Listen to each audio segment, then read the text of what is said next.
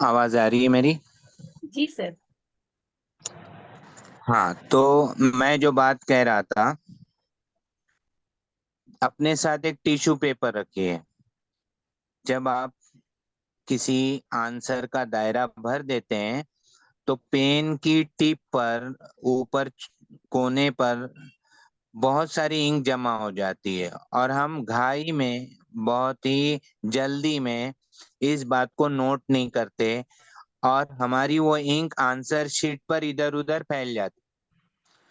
तो हमें बार बार, जैसे ही हम एक आंसर, दो आंसर भर दें, उसके बाद उस टिश्यू पेपर पर हमें उस टिप को पोंछ लेना है ताकि पेपर गंदा ना हो। तो उम्मीद है तमाम बच्चों ने अपनी आंसर शीट तैयार कर ली है और तो मुझे तमाम बच्चे अपने सब अहम अहम औजार हथियार के साथ इस जंग के लिए तैयार हो चुके हैं। मीना मिस, कंटिन्यू कीजिए प्लीज। जी बच्चों, तो अब मैं आपके सामने एक सवाल 1 मिनट के लिए लगा रही हूँ। पहले आपको सबसे पहले क्वेश्चन नंबर 1 आएगा, जिसके लिए आपको 1 मिनट का वक्फा दिया जाएगा। आपको 1 मिनट के ही वक्त में सवाल पढ़कर समझकर उसके 4 ऑप्शन में से कोई एक सही जो ऑप्शन है आपको उसे सर्कल करना है। इस तरह आपको कुल 5 मिनट दिए जाएंगे और 5 मिनट में आपको 5 सवाल करना है। उसके बाद मैं आखिर में आपको आंसर की दूंगी और इस वक्त हम ये आंसर की यहाँ डिस्कस नहीं करेंगे। आप अपने जवाबात अपने पास ही रखिएगा।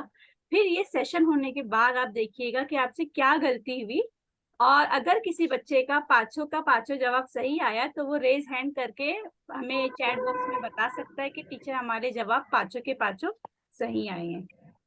चलिए, सवाल नंबर 1 आपकी स्क्रीन पर है और आपका वक्त स्टार्ट हो चुका है।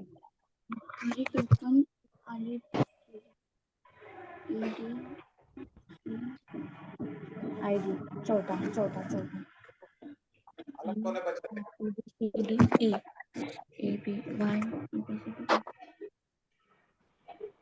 बच्चे अपना माइक बंद रखिए। माइक में जो है आवाज आ रही है, आपके आंसर को माइक में बोलना नहीं है।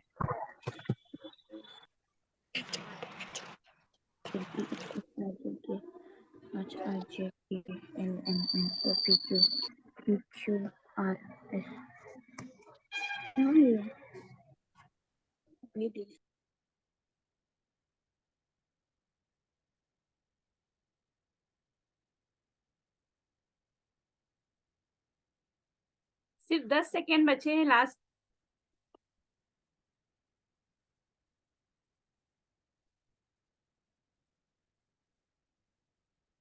चलिए, दूसरा सवाल आपकी स्क्रीन पर।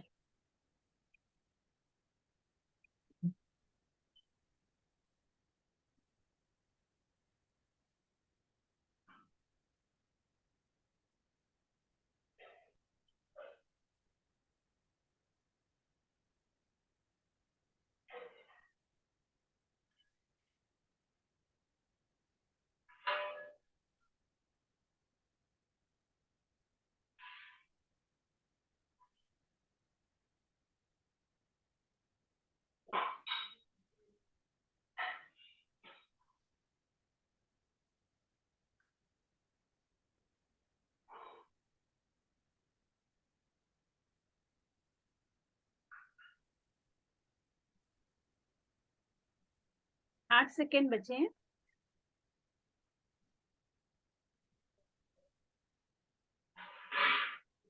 ये आपकी स्क्रीन पर तीसरा सवाल।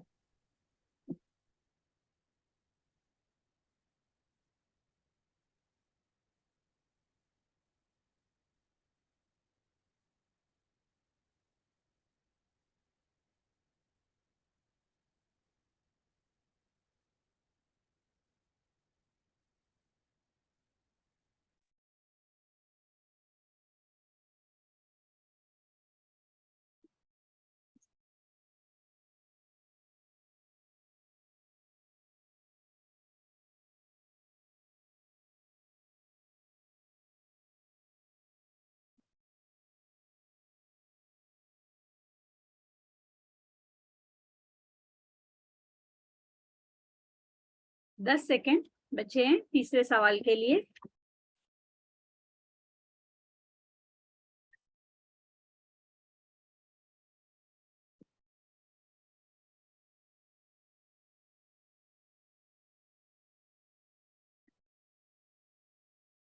ये चौथा सवाल।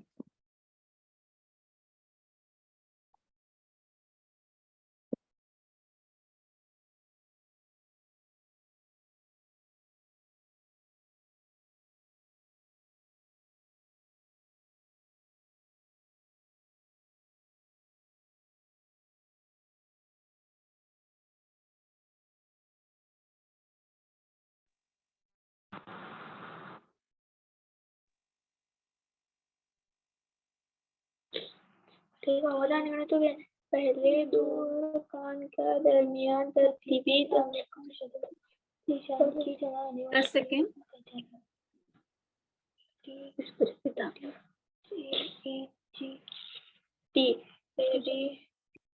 ये आखिरी और पांचवा सवाल। एक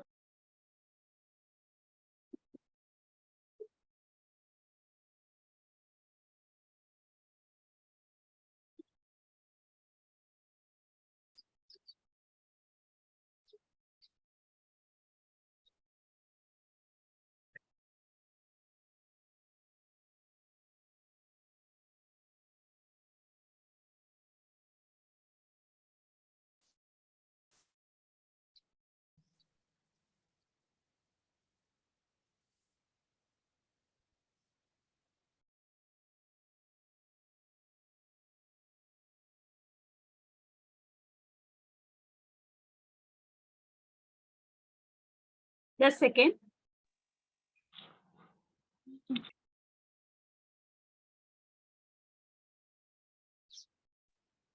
चलिए, अब आप अपनी कलम रख दीजिए नीचे और अब मैं आपको आंसर की दे रही हूँ।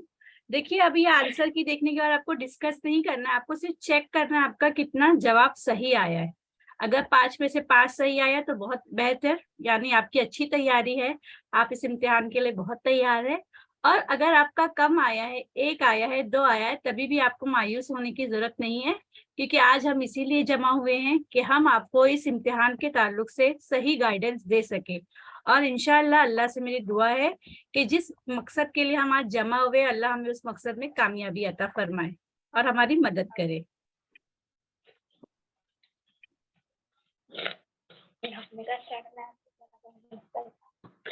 ये आपकी स्क्रीन के सामने आंसर की है, आप सिर्फ चेक करके उसके रख दीजिएगा, उसको डिस्कस प्लीज मत करिए अभी, क्योंकि अभी हमें अपने मेन फोकस पे जाना है। हमारा मेन फोकस आज का सेशन है।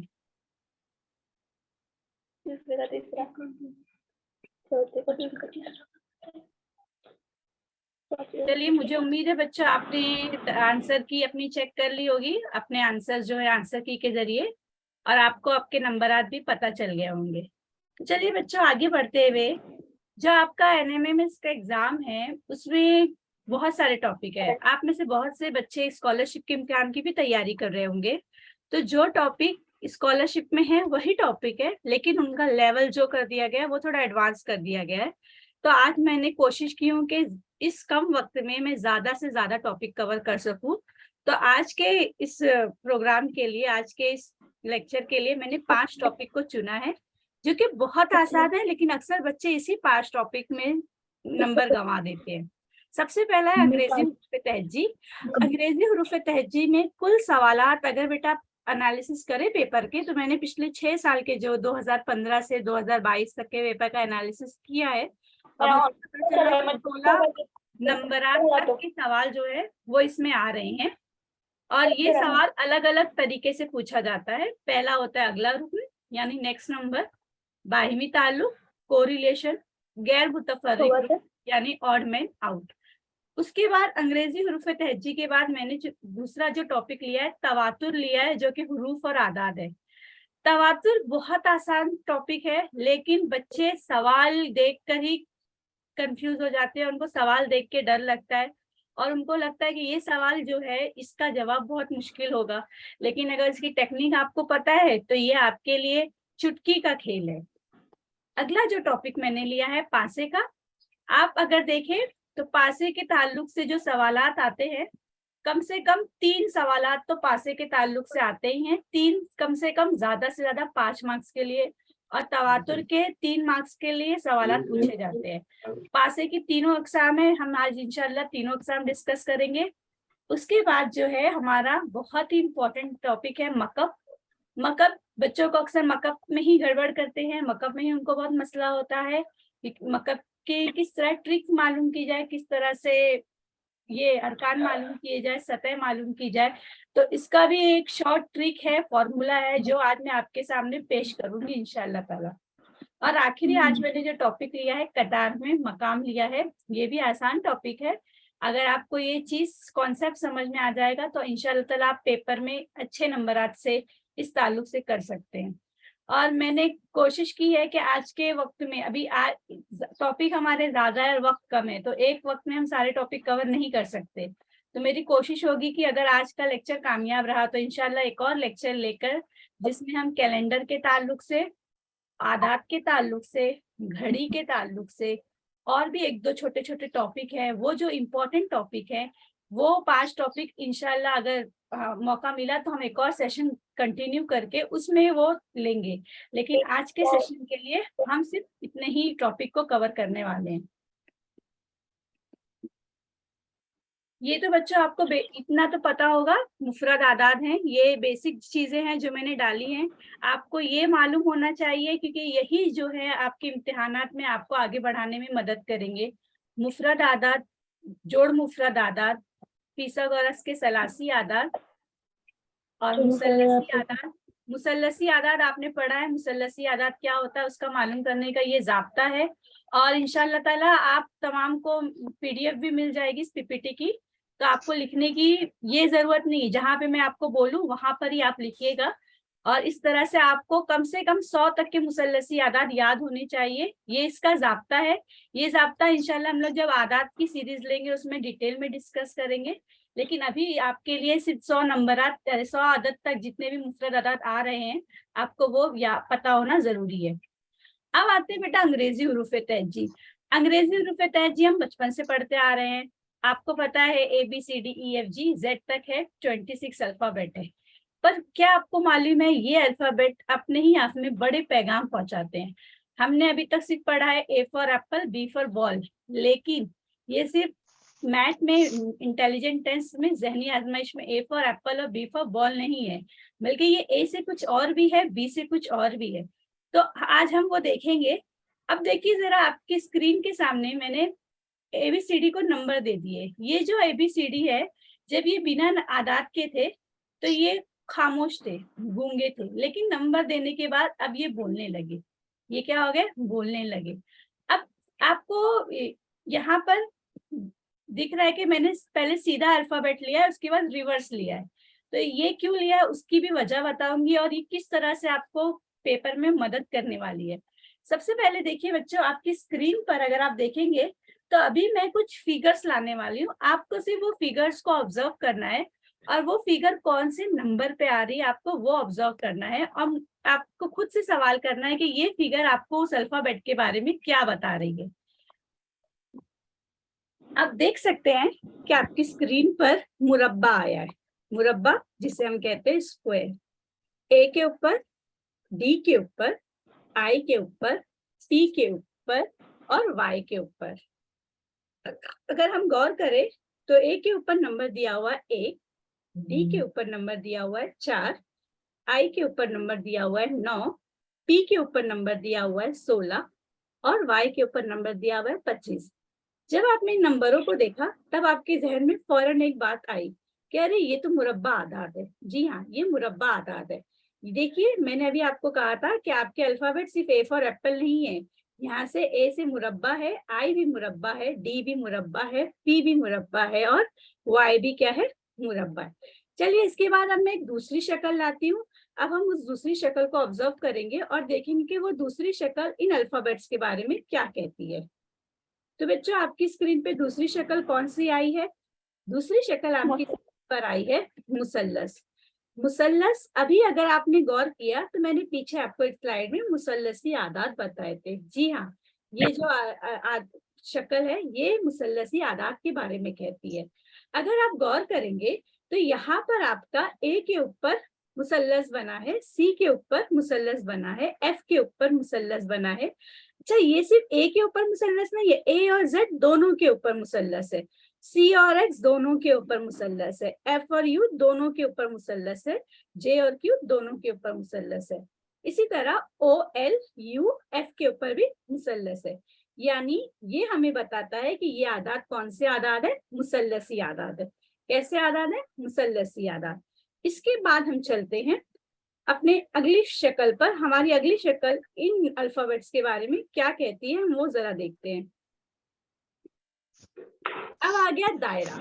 बच्चों आपको याद होगा कि आपको स्कूल में मैथ्स की बुक में, रियाजी में सर टीचर ने 1 से लेके 100 तक के आदाद लिखवाए होंगे और कहा होगा कि मुफरद आदाद जो होते हैं, प्राइम नंबर्स, उनको सर्कल करने। तो देखिए हमने यहाँ पे सर्कल का यूज किया है। ये सर्कल का जो इस्तेमाल किया हमने प्राइम नंबर्स यानी मुफरद आदाद के लिए किया है। तो आपको पता है 2 जो है वो मुफरद आदाद है, यानी आपका बी और वाई अगर आता है तो ये एक मुफरद आदाद हो है, और अगर आपका सी और एक्स आया तो ये भी एक मुफरद अदद है, ई और वी आया तो ये भी क्या है, मुफरद अदद है। तो इस तरह से आपको ये समझ में आया कि आपकी अल्फाबेटिकल जो सीरीज है, यहाँ पर मुरब्बे आदाद होते हैं, मुफरद आदाद होते हैं और मुसल्लसी आदाद होते हैं। अब इसी के साथ साथ बच्चों अगर आप देखेंगे तो देखिए मैं यहाँ पर ए वाई और सी को ले रही हूँ। ये जो पैटर्न बन रहा है, एक पर्टिकुलर पैटर्न, एक मखसूस पैटर्न बन रहा है जिसे हम कहते हैं वी पैटर्न। ये कौन सा पैटर्न है, वी पैटर्न। यानी कभी कभी आपको आदाद दिए जाते हैं सीरीज में, इस तरह के होते हैं ए वाई सी। तो ये आपको पैटर्न पहचानना होता है कि दी गई सीरीज में या दिए गए तरतीब में कौन सा अंग्रेजी हुर्फ तहजी का कौन सा पैटर्न फॉलो किया गया। कभी कभी आपको इस तरह का पैटर्न दिया जाता है जिससे हम कहते हैं एक्स पैटर्न। एक्स मतलब आपको दिया जाएगा ई यू और वी है, तो वहां पे आपको पैटर्न एफ पहचानना है। कभी कभी आपको आई पैटर्न दिया जाएगा स्ट्रेट, तो ये क्या है, आई आर। कभी कभी आपको इस तरह से एल पैटर्न दिया जाता है। ये अलग अलग पैटर्न है। जितने सवालात हम करते हुए जाएंगे उतने हमें पैटर्न क्या होंगे, समझ में आएंगे। तो अब बच्चों इसका हम किस तरह से इस्तेमाल करिए। देखिए आपका जो पर्चा होता है, पर्चे के सबसे आखिरी पेज पे आपको क्या करना है, पर्चे के सबसे आखिरी पेज पर आपको अल्फाबेट लिखना वहां शुरू करना है। और आप इस तरह से ABCD पूरा ए से लेकर जेड तक। अच्छा यहाँ पे एक चीज गौर करिएगा कि ज़हनी अरे जो हमारा स्कॉलरशिप का इम्तिहान होता है वहां पर सिर्फ ए से लेकर वाई तक अल्फाबेट दिए जाते हैं, और आप गौर करेंगे तो उसमें हर पेज पे अल्फाबेटिकल सीरीज दी जाती है। लेकिन हमारे NMMS के एग्जाम में अल्फाबेटिकल सीरीज नहीं दी जाती है और वहां पर आपको ए से लेकर जेड तक लिखना है। तो ये जो आपने क्या किया, ए से लेकर जेड तक लिखे और इसके साथ ही साथ आप रिवर्स भी लिखेंगे और आप नंबर डालते हुए जाएंगे। जैसे यहाँ फॉर एग्जांपल मैंने यहाँ पे ले लिया AZ और यहाँ नंबर डाल दिया 1।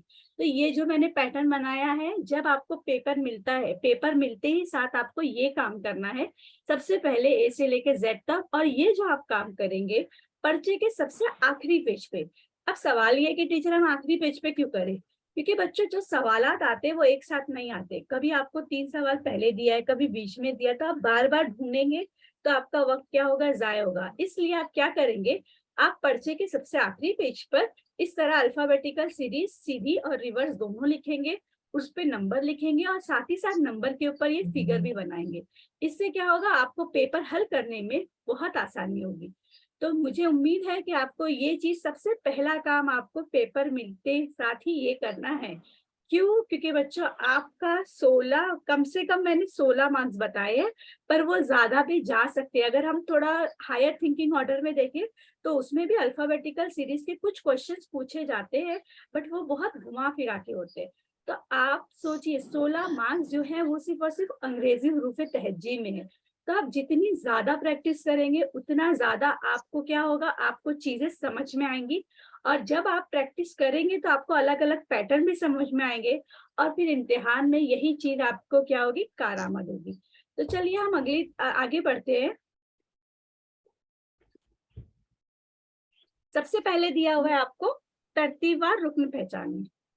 देखिए बेटा मैंने यहाँ दिया सवालिया निशान किएगा कौन सा और पाएगा। ये आपका पेपर का ही सवाल है, मैंने सारे सवालात पेपर में ही से लिए। कुछ सवालात, 1-2 सवालात मैंने स्कॉलरशिप के पेपर से लिए, वरना ज्यादातर पूरे सवालात मैंने जितने भी आज सवालात लिए वो NMMS के एग्जाम से ही हैं, 2015, 2016, 17, 18, 19, 20 और 21। तो देखिए बेटा सवाल है ADIP, अभी ये जो आदाद है, जो हरूफ हैं, ये क्या है? बेजुबान है, इन पे कोई लफ्ज नहीं है। लेकिन अगर मैं क्या करूं, अगर मैं आपको यहीं पे अल्फाबेटिकल सीरीज दे दूं, तब आपके लिए क्या हो जाएगा? आपके लिए ये चीज आसान हो जाएगी। एक बच्ची ने हाथ उठाई है, तो आप बताएंगे क्या जवाब आएगा? आप अपने आप को म्यूट करिए, लेकिन बाद में वापस से अनम्यूट करके वापस से म्यूट कर दीजिएगा। क्या जवाब आता बोलो? किसी बच्ची ने हाथ उठाया, आप जवाब देंगे, क्या जवाब आएगा? ऑप्शन नंबर 2 आता मैडम। ऑप्शन नंबर, बेटा आप वापस से बोलिए जवाब। Option number 2। Option number 2। क्यों? हाँ,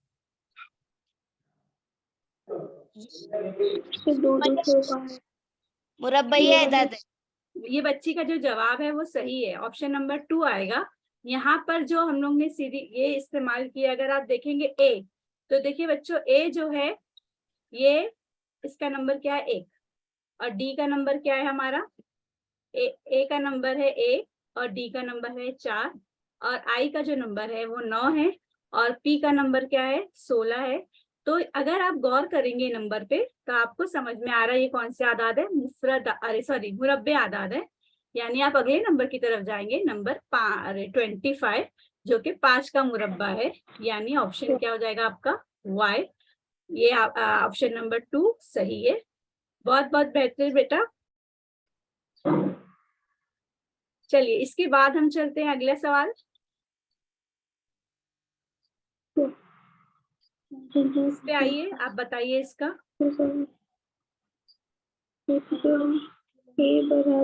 तो अभी आप माइक म्यूट करिए, जब बोलूंगी तभी आप माइक ऑन करिए। क्या माइक ऑन कर? माइक क्या है? चलिए, हाँ मैं आगे खुद ही वो लेके जाती हूँ, क्योंकि वक्त बहुत ज्यादा हो जाएगा। बच्चों, अगर यहाँ पर हम ऑब्जर्व करें तो एफ का नंबर क्या है? 6।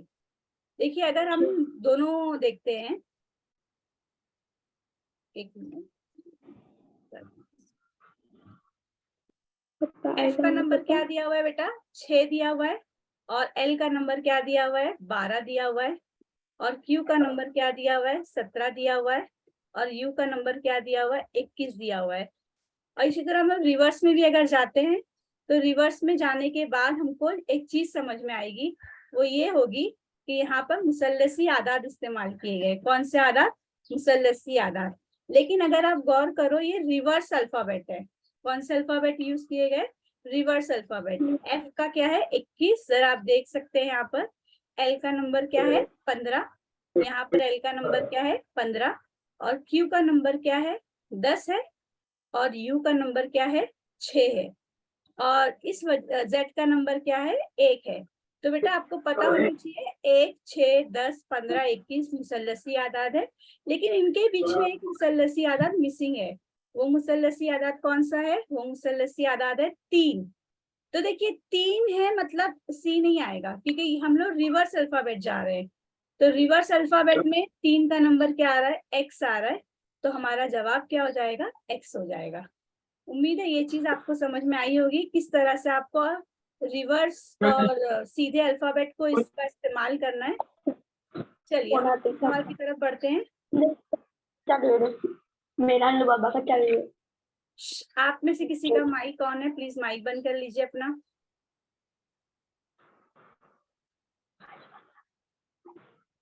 यहाँ पर देखिए बेटा, AZ, CX और FU। यहाँ पर भी जब हम नंबर डालेंगे, तो सबसे पहले मैंने आपको अल्फाबेटिकल सीरीज दे दी है। अगर आप गौर करें तो AZ यहाँ पर आ रहा है, CZ, यानी मैंने अभी आपको कुछ बताया था। आपको क्या बताया था? कि यहाँ पे देखिए आई का पैटर्न फॉलो हो रहा है, AZ, CZ और FU। तो इसलिए यहाँ पर हम वो पैटर्न फॉलो करते हुए अपना अगला जवाब लेंगे। पर अब सवाल यहाँ पर है कि यहाँ पर नंबर कौन सा आएगा, क्योंकि अगर आप गौर करें तो ये सब भी वही पैटर्न फॉलो कर रहे हैं। तो अब यहाँ देखिए बेटा, 1 में 2 जमा करने पर क्या आ रहा है? 3 आ रहा है।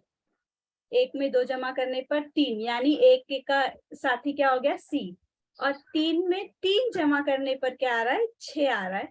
तो यानी अब हमको क्या करना पड़ेगा, 6 में 4 जमा करना पड़ेगा। 6 में 4 जमा करने पे नंबर क्या आता है, 10। तो 10 किसका नंबर है, 10 नंबर है जे का, यानी हमारा ऑप्शन नंबर हो जाएगा 3। देखिए ए में 2 जमा किए 3, सी और सी में 3 अदद जमा किए तो हमारा एफ आया, यानी 6 हो गया वो। और एफ में हमने 4 अदद जमा किए तो यहाँ पर अल्फा 10 हो जाएगा, लेकिन यहाँ पे अल्फाबेट हम क्या इस्तेमाल करेंगे, जे। तो हमारा ऑप्शन हो जाएगा जे क्यू। यहाँ पर आप देख सकते हैं जेड ये रिवर्स हो गया, जेड में 1 में 2 जमा किए तो 3 आया, ये रिवर्स से जा रहे हैं हम लोग। यहाँ से 1 में 2 जमा किए 3 और 3 में 3 जमा किए 6। अब 6 में 4 जमा करेंगे तो क्या हो जाएगा, 10 हो जाएगा। तो आप देख सकते हैं नंबर लिखने का हमारा कितना फायदा हो रहा है। तो इस वजह से आप नंबर लिखना आपको बहुत जरूरी है, अल्फाबेट को नंबर देना बहुत ज्यादा जरूरी है। चलिए इसका एक और सवाल हम लोग ले लेते हैं।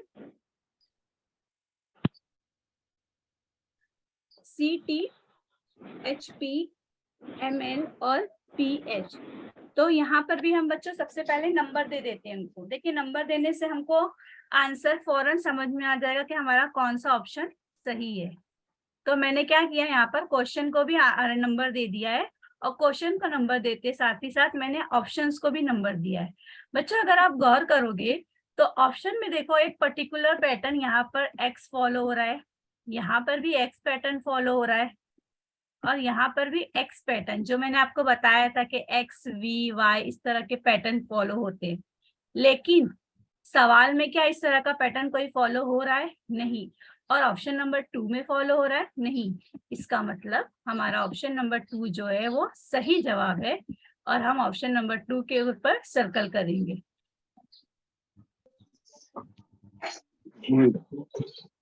एक इस ताल्लुक से आखिरी सवाल,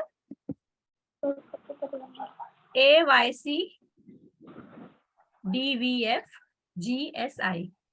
देखिए बेटा AYC कहाँ पर है, जरा यहाँ पे गौर करिए। AYC, इसके बाद DVF, उसके बाद GSI। देखिए ये पैटर्न ने आपको अगला जवाब खुद ब खुद बता दिया, आपका अगला जवाब क्या हो जाएगा। तो आप बता सकते हैं अब यहाँ पर जवाब आपका क्या है, JPL आपका सही जवाब है।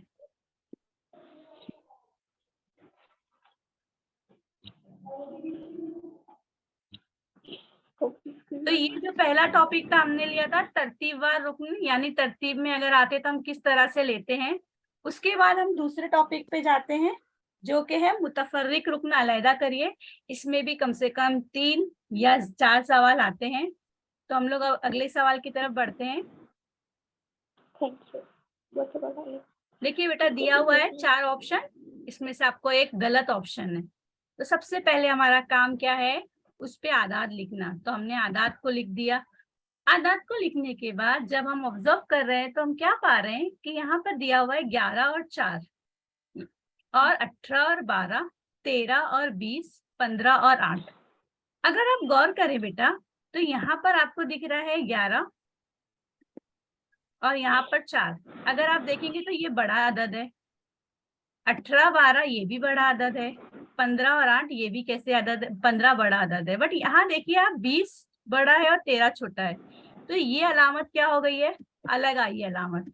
इसका मतलब आपका ऑप्शन नंबर क्या यहाँ पर अलग होगा, ऑप्शन नंबर 3 जो है वो अलग होगा।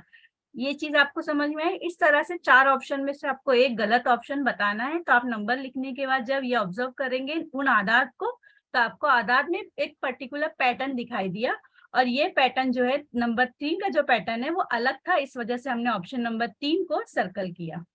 अगला सवाल, RM5 ND8 YF19 VH14।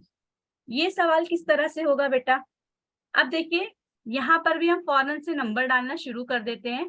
तो नंबर डालने पे हमारा काम आसान हो जाएगा। देखिए मैंने जब नंबर डाला पहले आया 18 और 13, उसके बाद 14, 4, 25, 6, 22, 8। बच्चों अब देखिए जरा 18 और 13 का कोई ताल्लुक है क्या, है। अगर मैं 18 में से 13 नफी करूंगी तो 5 आएगा, 25 में से 6 नफी करूंगी तो 19 आएगा। अब 22 में से 8 नफी करूंगी तो 14 आएगा। लेकिन 14 में से 4 नफी करने पर क्या आता है? 10। पर यहाँ पर तो आपको 8 दिया है, इस वजह से आपका ऑप्शन नंबर 2 है जो वो गलत होगा। तो हम ऑप्शन नंबर 2 पर क्या कर देते हैं? सर्कल कर देते हैं। उसके बाद तीसरा सवाल। तीसरा सवाल आपकी स्क्रीन पर वापस से हम क्या करते हैं? आधार डाल देते हैं। आधार डालने पे हमारा काम कितना आसान होगा ये अब आप स्क्रीन पर देख सकते हैं। देखिए, हमने सीधे अल्फाबेट और रिवर्स अल्फाबेट डाले। आपने जैसे ही नंबर देखे आपको फौरन ही जवाब मिल गया कि आपका जवाब देखिए यहाँ पर कौन सा पैटर्न फॉलो हो रहा है? X pattern. यहाँ पर भी कौन सा पैटर्न फॉलो हो रहा है? एक्स पैटर्न हो रहा है क्या? नहीं हो रहा है, यानी आपका जवाब क्या होगा? Option number 2। चलिए आगे भी देखते हैं क्या यहाँ पे एक्स पैटर्न फॉलो हो रहा है? हो रहा है। और यहाँ पर भी देखिए आप एक्स पैटर्न फॉलो हो रहा है, यानी आपका सही जवाब क्या होगा? ऑप्शन नंबर 2 होगा। तो हम ऑप्शन नंबर 2 को क्या करेंगे? सर्कल कर देंगे। मुतफर्रिक जुज़ अलहदा करिए में आज का आखिरी सवाल जो है 4 सवाल। P4 F3 D2 Y5। बेटा P कहाँ है? P पे आप देखिए क्या नंबर दिया हुआ है? P पे नंबर दिया हुआ है आपका 16। F पर नंबर क्या दिया हुआ है आपका? 6। D पर नंबर दिया हुआ है 4 और Y पे नंबर दिया हुआ है 5। अब जरा देखिए आप, ये नंबर, दोनों नंबर का कुछ ताल्लुक है। ये 4 का मुरब्बा है, ये 2 का मुरब्बा है और ये 5 का मुरब्बा है। लेकिन क्या 3 का मुरब्बा 6 होता है? नहीं होता है। यानी हमारा ऑप्शन नंबर 2 जाएगा, वो हमारा सही जवाब होगा। मुझे उम्मीद है कि जो 4 सवाल, देखिए बच्चों हमारे पास वक्त बहुत कम है, तो मैं 4 सवाल 5 सवाल के जरिए आपको बता सकती हूँ। और मेरी कोशिश है कम सवालात में आपको ज्यादा से ज्यादा कॉन्सेप्ट समझाने की। और ये सारे सवालात मैंने आपके NMMS के पिछले साल के पर्चों से लिए हैं। तो आप 4 सवाल को बेस बना के बाकी के पर्चों की भी तैयारी करिए, और जो मोमिन सर ने पर्चे बनाए हैं उसमें से भी आपको 10 पर्चे मिल जाएंगे, वो भी बहुत बेहतरीन पर्चे हैं, आप उससे भी प्रैक्टिस करिए। फिर इंशाल्लाह ताला आपको कामयाबी मिलेगी और आप इंशाल्लाह मेरिट लेकर आएंगे और अच्छे नंबर से मेरिट लाएंगे। अब अगला ताल्लुक है जो हमारा है वो बाहिमी ताल्लुक का। बच्चों बाहिमी ताल्लुक क्या होता है? यहाँ पर आप देख सकते हैं, यहाँ पे अरकान दिए हुए पिंक और RLRP। पिंक और RLRP में कुछ ताल्लुक है, वही ताल्लुक देखकर आपको ब्लू का क्या अदद से ताल्लुक होगा, कौन से हरूफ से ताल्लुक होगा, हरूफ की सीरीज से मालूम करना है। तो अब जरा पिंक और R में कुछ ताल्लुक देखते हैं। पिंक और R में आपको क्या ताल्लुक दिखाई दे रहा है? अगर आप देखेंगे तो P का नंबर क्या है? P का नंबर जो है वो है 16 और R का नंबर क्या है? 18। इससे कुछ आपके दिमाग में कुछ क्लिक हुआ कि 16 में हम 2 जमा करते तो क्या आता है? 18 आता है। चलिए ये चीज हुई। आगे जरा देखते हैं, I का नंबर क्या है बच्चों? I का नंबर है 9 और L का नंबर क्या है? L का नंबर है 12। 9 और 12 में क्या ताल्लुक है? 9 में 3 जमा करने पर 12 आता है। बहुत बेहतर। चलिए हम आगे देखते हैं, N और R का क्या ताल्लुक है? N का नंबर है 14 और R का नंबर है 18। 14 में 4 जमा करने पर क्या आता है? 18 आता है। यानी हमें यहाँ समझ में आया कि हमें पहले हुरूफ में कुछ जमा करने हैं आदात, और ये आदात जो है पैटर्न से जमा हो रहे हैं। तो इस वजह से क्या हो जाएगा? इस वजह से यहाँ पर देखिए हम जमा करते हुए जाएंगे। पहले हमने 2 जमा किया, उसके बाद हमने 3 जमा किया, उसके बाद हमने 4 जमा किया, और उसके बाद हमने क्या जमा किया? उसके बाद हमने जमा किया 5। तो इस तरह से हमारे जवाबात हमको क्या हो गए? मिल गए। तो अब यहाँ पर भी हमें सेम पैटर्न फॉलो करना है। बी का नंबर क्या है बच्चों? 2 है, तो 2 में हम 2 जमा करेंगे तो जवाब क्या आएगा? डी 4 आएगा, यानी 4 यानी डी। और उसके बाद एल का नंबर क्या है? एल कहाँ है? 12। 12 में 3 जमा करेंगे तो क्या आएगा? ओ आएगा। तो देखिए बच्चों ऑप्शन नंबर 1 और ऑप्शन नंबर 2 तो वैसे ही कट हो गया क्योंकि इसमें सेकेंड अल्फाबेट ओ नहीं दिया है, यानी 3 और 4 में से कोई अल्फाबेट होगा। अब यहाँ देखिए यहाँ पर यू दिया है, तो यू में हम कितना जमा करेंगे कि एक यू में हमें कितना जमा करना है? 4 जमा करना है। तो यू में 4 जमा करने पर क्या आ रहा है? हमारा आंसर वाई आ रहा है। तो अब देखिए आपको यहाँ पर DOY मिला, यहाँ पर DOX, यानी आपको आगे करने की जरूरत भी नहीं है। ये वाला क्या हो जाएगा? रॉन्ग हो जाएगा, और DOYJ क्या हो जाएगा? आपका राइट हो जाएगा। तो इसलिए हम ऑप्शन नंबर 4 जो है उसको क्या करेंगे? उसको करेक्ट करेंगे और हमारा ऑप्शन नंबर 4 हम सर्कल करेंगे। 4 मिनट में मीटिंग खत्म हो जाएगी और वापस से हम ज्वाइन करेंगे 4 मिनट बाद। यहाँ पे आप देख सकते हैं मोमिन सर,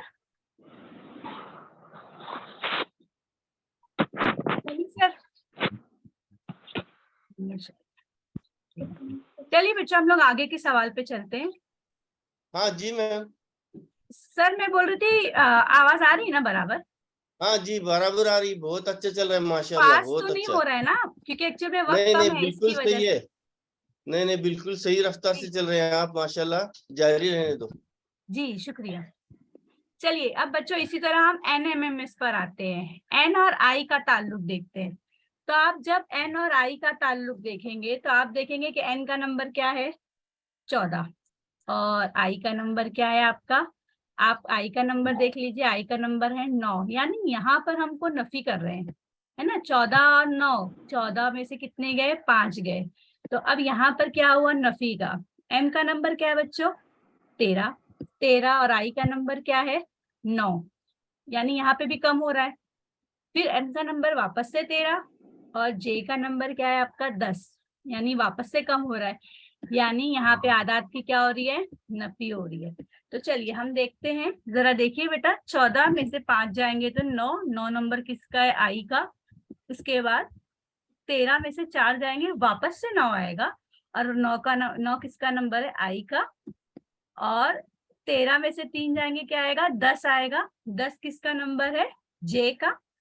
और इसके बाद S में से हम S यानी 19, 19 में से 2 नफी करेंगे तो क्या आएगा हमारा जवाब 17, 17 नंबर किसका है Q का। तो अब यहाँ पर जो हमने नंबर माइनस वाला पैटर्न फॉलो किया है, सेम हम यहाँ पर भी फॉलो करेंगे। इसमें भी हमको क्या करना है, माइनस करना है। तो अब देखिए बच्चों H का नंबर क्या दिया गया है, H का नंबर दिया गया है 8। तो आप 8 में से 5 नफी करने पर क्या आएगा आपको जवाब, अगर आप 8 में से 5 नफी करते हैं तो आपका जवाब क्या आने वाला है, C आने वाला है 3, क्योंकि C का नंबर 3 है। और T जो है, T का नंबर 20 है, 20 में से 4 नफी करे तो जवाब क्या आता है 16, 16 किसका नंबर है P का, यानी यहाँ पर आपको इस तरह से जवाब मिला। तो अब चलिए ऑप्शन पे देखिए, कभी कभी क्या होता है बच्चे पूरे सवालात पूरे 4 अल्फाबेट है तो चारों तक करेंगे, आपको चारों तक करने की जरूरत ही नहीं है। आपको पहला मिल गया C, जब पहला आपको C मिल गया मतलब ऑप्शन नंबर 2 और ऑप्शन नंबर 4 तो वैसे ही गलत हो गया। उसके बाद हमको दूसरा अल्फाबेट मिला P, जबकि यहाँ पे क्या दिया हुआ है C, तो यानी ऑप्शन नंबर 3 भी क्या हो गया आपका, रॉन्ग हो गया। आपका सही ऑप्शन क्या होगा, ऑप्शन नंबर 4। बेटा यही टेक्निक है, आपको फर्स्ट और सेकेंड अल्फाबेट पे अक्सर ही मिल जाता है, लेकिन बच्चों को आदत होती है और उनको पता नहीं होता है, क्योंकि यहाँ पर आपको वक्त की पाबंदी का बहुत ख्याल रखना है। आपको 1 मिनट दिया जा रहा है बच्चों, 1 मिनट में आसान सवाल भी होंगे, मुश्किल भी होंगे और मीडियम भी होंगे। तो आपको वो वक्त बचाना है और वो वक्त बचाकर आपको मुश्किल सवालात में इस्तेमाल करने हैं। मीटिंग अभी खत्म हो जाएगी 1 मिनट में, आप वापस से ज्वाइन करिएगा।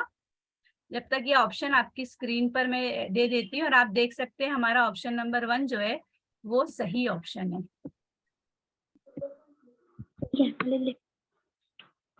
उम्मीद है ये पैटर्न आपको समझ में आया होगा किस तरह से आपको करना है, और आपने देख लिया कि ये नंबर्स ने इन लफ्जों को जान दे दी। अक्सर होता क्या है, बच्चे बार बार वो काउंट करते हैं उंगलियों पर, उसमें क्या होता है उनका वक्त जाया होता है। आपको वक्त जितना ज्यादा से ज्यादा बचा सके, क्यों, क्योंकि वही वक्त का इस्तेमाल आप मुश्किल सवालात में करेंगे और आपको 1 ही मिनट दिया जा रहा है। स्कॉलरशिप में आप पैटर्न अलग होता है और इसमें अलग होता है। स्कॉलरशिप में आपको 72 सेकेंड होते हैं और